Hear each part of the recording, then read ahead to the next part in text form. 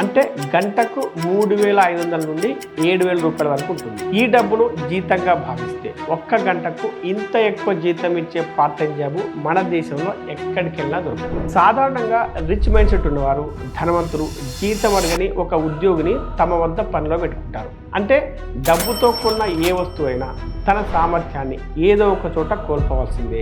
అదేవిధంగా ఆ వస్తువులు ఇచ్చే సంతోషం కూడా క్రమంగా తగ్గిపోవాల్సిందే. అందుకే నిజమైన ధనవంతులు ఎప్పుడు డబ్బు గురించి ఆలోచించారు. వాళ్ళు కేవలం తమ ఆట మాత్రమే ఆడుతుంటారు. ఫలితంగా డబ్బు తనంతట తానే వాళ్ళ జేబుల్లో పడుతుంటుంది. డబ్బు ఎలా పనిచేస్తుందో తెలియని మంచి వాళ్ళు ఒకరిద్దరికి మాత్రమే భోజనం పెట్టగలరు.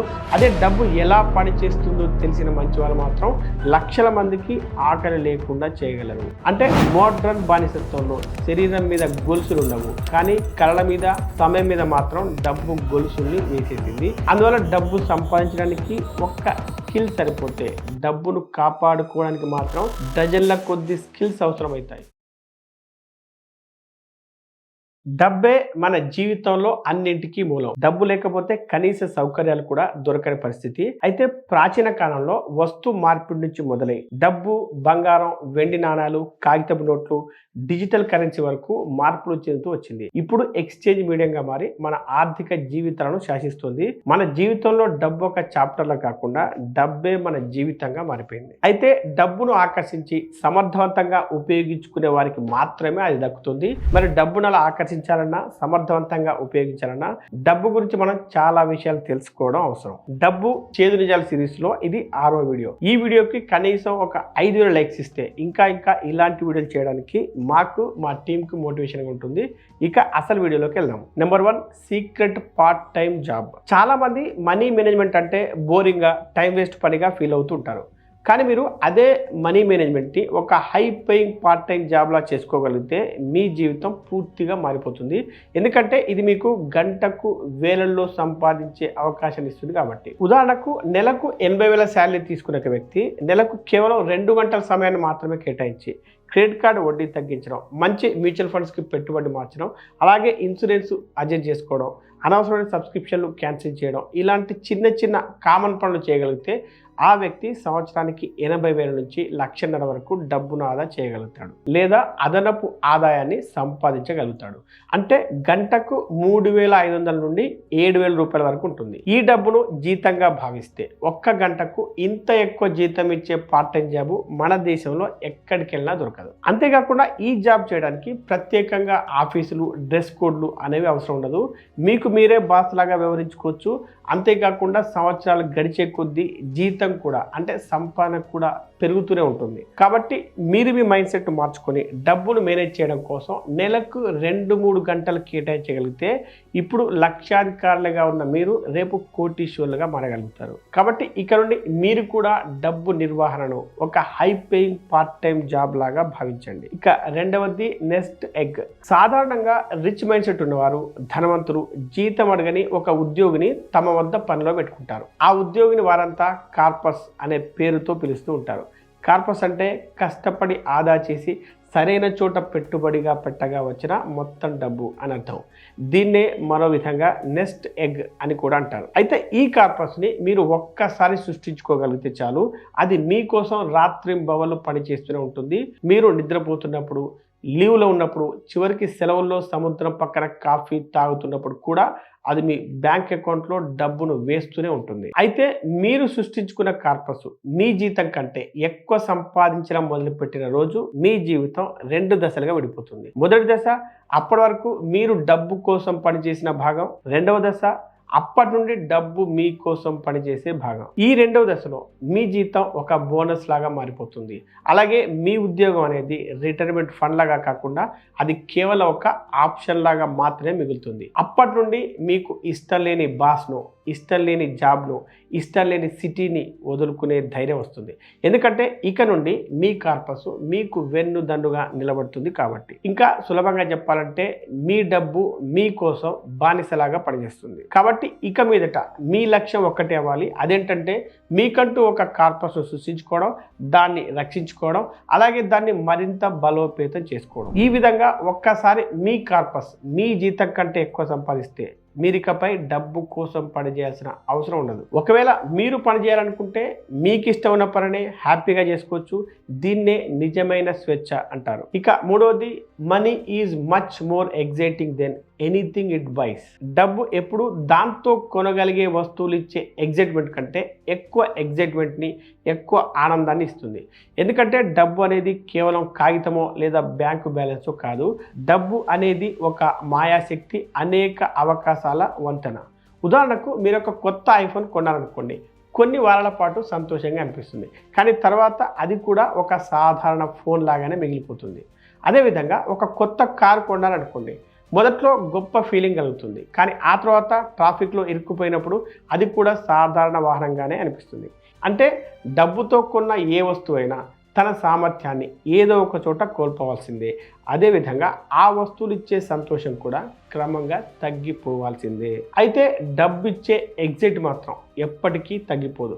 ఉదాహరణకు మీ బ్యాంక్ అకౌంట్లో 10 కోట్ల రూపాయలు ఉన్నాయనుకోండి, అప్పుడు మీరు ఈ రాత్రే సొంత జెట్ ఎక్కి ప్యారిస్ వెళ్ళిపోవచ్చు, రేపు మాల్దీవుల్లో సన్సెట్ చూడొచ్చు, వచ్చే వారం ఒక స్టార్టప్లో ఇన్వెస్ట్ చేసి మరింత డబ్బు సంపాదించవచ్చు, లేదా వచ్చే నెలలో ఒక ఆసుపత్రి కట్టి వేల మంది ప్రజల ప్రాణాలు కాపాడవచ్చు. అంటే డబ్బు ఉన్నంత వరకు ప్రతిరోజు ఒక కొత్త కళ, ఒక కొత్త ఆశ, ఒక కొత్త ఆనందం కలుగుతాయి. అలాగే డబ్బు ఇచ్చే ఎగ్జైట్మెంట్ ఎప్పటికీ అలసిపోదు, ఎప్పటికీ బోర్ కొట్టదు. అందుకే చాలామంది ధనవంతులు డబ్బు సంపాదించడాన్ని ఎప్పటికీ ఆపరు. అలాగే వేల కోట్ల రూపాయలు వచ్చాక కూడా ఆ గేమ్ ఆడుతున్నప్పుడు వచ్చే థ్రిల్ కానీ, ఆనందం కానీ డబ్బుతో కొన్న ఏ వస్తువు ఇవ్వలేదు. అందుకే డబ్బు సంపాదించడాన్ని ఒక డ్రగ్ లాంటిది అంటారు. డ్రగ్ కూడా ఎక్కువైన కొద్దీ ఇంకా ఎక్కువ కావాలనిపిస్తుంది. కాబట్టి డబ్బు అనేది కేవలం కొనుగోలు శక్తి కాదు, అది భవిష్యత్తును కొనుగోలు చేసే శక్తి అని గుర్తుపెట్టుకోండి. చివరిగా డబ్బుతో కొన్న వస్తువులు మసగా బారిపోవచ్చు, కానీ డబ్బు మాత్రం ఎప్పటికీ మెరిసిపోతూనే ఉంటుంది. ఇక నాలుగవది, డబ్బు వర్సెస్ అడ్డంకులు. డబ్బు సంపాదించడంలో వచ్చే అడ్డంకులు మీకు డబ్బు కావాలనే కోరిక ఉన్నంత కాలం మాత్రమే ఉంటాయి. ఒక్కసారి మీకు డబ్బు మీద ఆసక్తి, ఆరాటం, అవసరం పూర్తిగా పోయిన క్షణం డబ్బు తనంతట తానుగా మీ దగ్గరకు వస్తుంది. ఎందుకంటే డబ్బు మీద ఆరాటం ఉన్నప్పుడు మీ శక్తి అంతా డబ్బు సంపాదించాలనే భయం, ఈగర్నెస్, ఆందోళన, ఈ మూడింటిలోనే ఖర్చు అవుతుంది. ఈ మూడు మీ ఎనర్జీని తగ్గించి వేస్తాయి. అప్పుడు మీరు లేనితనం నుంచి ఆపరేట్ అవుతారు. ఫలితంగా డబ్బు మీ నుండి దూరంగా పారిపోతుంది. అవకాశాలు కనిపించినా అవి మీ చేతిలో నుండి జారిపోతాయి. అడ్డంకులు, ఆలస్యాలు, మోసాలు, నష్టాలు ఇవన్నీ మిమ్మల్ని వెంటాడతాయి. అయితే డబ్బు మీద ఆసక్తి పోయినప్పుడు మీకు డబ్బు అవసరం ఉండదు, కేవలం ఇష్టం మాత్రమే ఉంటుంది, లేదా అసలు డబ్బు అనే ఆలోచనే ఉండదు. అప్పుడు మీరు ఇక డబ్బు కోసం పని చేయరు, మీకు నచ్చిన పనిని ఒక ఆటలాగా చేస్తారు. దీనివల్ల మీ శక్తి లేనితనం నుండి కాకుండా సంపన్నత నుండి వస్తుంది. ఫలితంగా డబ్బు మిమ్మల్ని వెతుక్కుంటూ వస్తుంది. ఊహించని చోట్ల నుండి, ఊహించని వారి నుండి ఆఫర్ల రూపంలో వస్తుంది. ఉదాహరణకు వారెన్ బఫెట్ ఎప్పుడు నాకు డబ్బు కావాలి అని కోరుకోలేదు. నేను కేవలం ఆట మాత్రమే ఆడుతున్నాను, స్కోర్ బోర్డులో నెంబర్ దానంతట అదే పెరుగుతుంది అని అనుకునేవారు. ఫలితంగా డబ్బు ఆయన్ని వదలలేదు. అలాగే ఒక పెద్ద రచయిత డబ్బు కోసం రాయడం మానేసి డబ్బు గురించి పూర్తిగా మర్చిపోయిన తర్వాతనే ఆయన పుస్తకాలు బెస్ట్ సెల్లర్స్గా అయ్యాయి. అలాగే ఒక 27 ఏళ్ల వ్యక్తి జాబ్ పోయి డిప్రెషన్లోకి వెళ్ళాడు. చివరికి డిప్రెషన్ నుంచి బయటికి రావడానికి డబ్బు గురించి ఆలోచించకుండా కేవలం తనకి ఇష్టమైన మ్యూజిక్ మాత్రమే చేయడం మొదలుపెట్టాడు. దీనివల్ల ఒక్క సంవత్సరంలోనే అతని ఇన్కమ్ 10 రెట్లు అయింది. అందుకే నిజమైన ధనవంతులు ఎప్పుడు డబ్బు గురించి ఆలోచించరు. వాళ్ళు కేవలం తమ ఆట మాత్రమే ఆడుతుంటారు.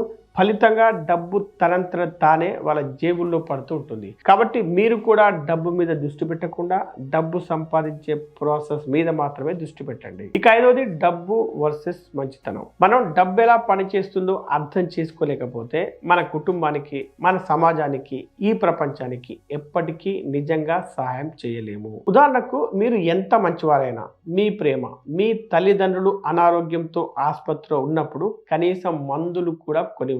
మీ శుభాకాంక్షలు మీ పిల్లలకి కనీసం స్కూల్ ఫీజు కూడా కట్టలేవు. అలాగే మీ కనికరం మీ గ్రామంలో ఒక బోరు బావి తవ్వడానికి డ్రిల్లింగ్ ఖర్చు కూడా ఇవ్వలేవు. అందుకే డబ్బు లేని మంచితనాన్ని ఒక రకంగా బలహీనమైన మంచితనంగా చెప్పవచ్చు. అది కేవలం భావోద్వేగ సంతృప్తి ఇస్తుంది కానీ ఫలితాన్ని మాత్రం ఇవ్వదు. అయితే ఇప్పుడు డబ్బు ఎలా పనిచేస్తుందో తెలిస్తే ఏమవుతుందో కొన్ని ఉదాహరణల ద్వారా తెలుసుకుందాం. ఒక 30 ఏళ్ల యువకుడు మంచి ఇన్వెస్ట్మెంట్ చేయడం ద్వారా 15 కోట్లు సంపాదించాడు. తర్వాత తన తల్లిదండ్రుల్ని జీవితాంతం ఎటువంటి ఆర్థిక భయం లేకుండా చూసుకున్నాడు. ఒక మహిళ 7 కోట్ల కార్పస్ సృష్టించింది.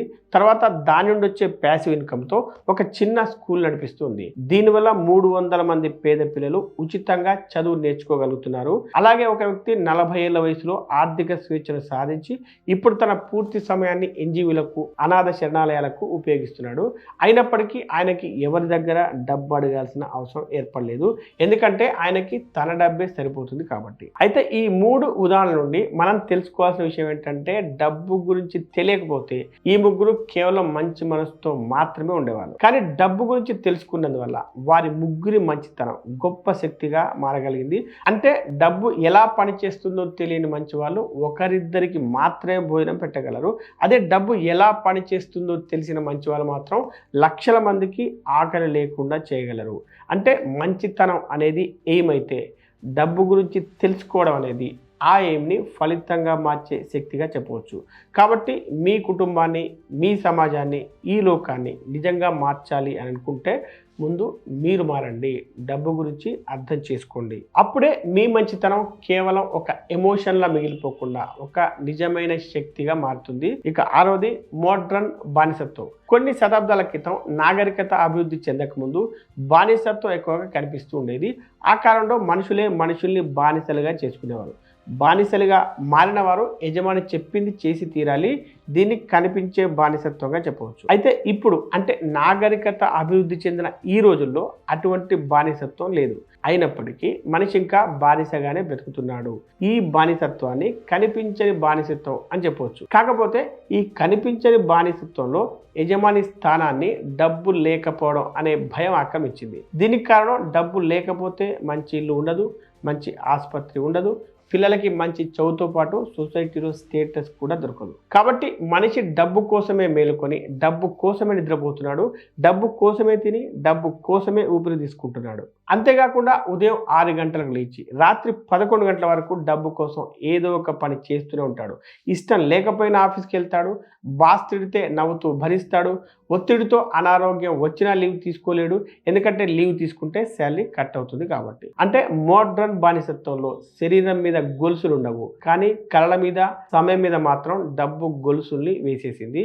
ఇంకా సులభంగా చెప్పాలంటే ఒకతను డాక్టర్ అవ్వాలనుకుంటాడు, కానీ డబ్బు ఎక్కువ వచ్చే ఐటీ జాబే చేస్తాడు. ఒక ఆమె కవిత్వం రాయాలనుకుంటుంది, కానీ కార్పొరేట్ జాబ్ చేసి డబ్బు సంపాదిస్తుంది. మరొక అతను తన పిల్లలతో సమయానికి గడపాలని అనుకుంటాడు, కానీ ఈఎంఐలు కట్టడానికి 2 ఉద్యోగాలు చేస్తాడు. ఈ విధంగా అందరూ తమ ప్యాషన్ వదిలేసి కేవలం డబ్బును మాత్రమే ఫాలో అవుతున్నారు. డబ్బు సృష్టించిన కంటికి కనిపించని జైల్లో బానిసలుగా బ్రతుకుతున్నారు. ఆ జైలుకి గోడలుండవు, కానీ బయటికి వెళ్తే ఆర్థిక స్వేచ్ఛ ఉండదు. కాబట్టి ఆ జైలు నుండి బయటికి రాలేరు. అయితే ఎవరైనా ఈ బానిసత్వాన్ని ఛేదించి దాని నుండి బయటికి రావాలంటే మాత్రం ఖచ్చితంగా ఫైనాన్షియల్ ఇండిపెండెన్స్ని సాధించి తీరాలి. లేదంటే జీవితాంతం స్వేచ్ఛ లేని బానిసలుగా జీవించాల్సి వస్తుంది. ఇక 7వది డబ్బు సంపాదించడం ఒక కళ అయితే డబ్బును కాపాడుకోవడం కూడా ఒక యుద్ధం అవుతుంది. వారెన్ బఫెట్ పాటించే మొట్టమొదటి మనీ రూల్ ఏంటంటే, డబ్బును సంపాదించడం ఒక కళ అయితే ఆ డబ్బును కాపాడుకోవడం ఒక యుద్ధం అవుతుంది. ఇది వినడానికి చాలా సింపుల్ గా అనిపిస్తుంది, కానీ ఇందులో జీవితాన్ని మార్చగలిగే ఒక గొప్ప అర్థం దాగి ఉంది. ఉదాహరణకి డబ్బు సంపాదించడం అనేది ఒకే ఒక్క బలమైన నైపుణ్యంతో కూడా సాధ్యమవుతుంది. ఆ నైపుణ్యం తెలివైన వ్యాపార ఆలోచన కావచ్చు, ఒక ప్రతిభావంతమైన స్కిల్ కావచ్చు, లేదా సరైన సమయంలో తీసుకున్న ఒక ధైర్యమైన నిర్ణయమైన కావచ్చు. అయితే ఒక్కసారి ఆ స్కిల్ మీద మీరు పట్టు సాధించగలిగితే డబ్బు ఒక ప్రవాహంలో వచ్చేస్తుంది. అయితే అసలైన సమస్య మాత్రం ఇక్కడే మొదలవుతుంది. ఎందుకంటే డబ్బు సంపాదించడానికంటే సంపాదించిన డబ్బును కాపాడుకోవడానికే పెద్ద యుద్ధం చేయాల్సి వస్తుంది. ఎందుకంటే 10 లక్షల రూపాయల డబ్బు సంపాదించడానికి 10 సంవత్సరాల సమయం పట్టొచ్చు, కానీ అవే 10 లక్షల్ని పోగొట్టుకోవడానికి మాత్రం 10 నిమిషాల సమయం చాలు. అందువల్ల డబ్బు సంపాదించడానికి ఒక్క స్కిల్ సరిపోతే డబ్బును కాపాడుకోవడానికి మాత్రం డజన్ల కొద్ది స్కిల్స్ అవసరమవుతాయి. ఉదాహరణకి సెల్ఫ్ కంట్రోల్, దశాబ్దాల తరబడి ముందు చూపు, రిస్క్ మేనేజ్మెంట్, వీటితో పాటు పనుల గురించి పరిజ్ఞానం, ఇన్ఫ్లేషన్ని అర్థం చేసుకోవడం, సరైన ఇన్వెస్ట్మెంట్ ఎంపికలు చేయడం, ఇవి అవసరమవుతాయి. వీటితో పాటు మోసాల బారిని తప్పించుకోవడం, కుటుంబం ఇంకా స్నేహితుల అవసరాలకి నో చెప్పగలిగే ధైర్యం, ఎమోషనల్ నిర్ణయాలు కూడా అదుపు చేయడం, ఇలా ఇంకా ఎన్నో నైపుణ్యాలు అవసరం అవుతాయి. అలాగే సంపాదన సమయంలో మీరు ఒక్కరే పోరాడుతారు. కానీ అది కాపాడుకోవడంలో మీతో పాటు మార్కెట్ పతనాలు, మీ బంధువులు, మీ సొంత ఆశలు, ఆర్భాటాలు, ఊహించని అత్యవసర పరిస్థితులు ఇలా అందరూ శత్రువులుగా మారిపోతారు. ఇలా డబ్బును సంపాదించే స్కిల్ ఉన్నప్పటికీ ఆ సంపాదించిన డబ్బును రక్షించుకోవడానికి అవసరమైన స్కిల్స్ లేకపోవడం వల్ల చాలామంది కోటీశ్వరులు కొన్నేళ్లలోనే రోడ్డున పడిన సంఘటనలు చాలా ఉన్నాయి.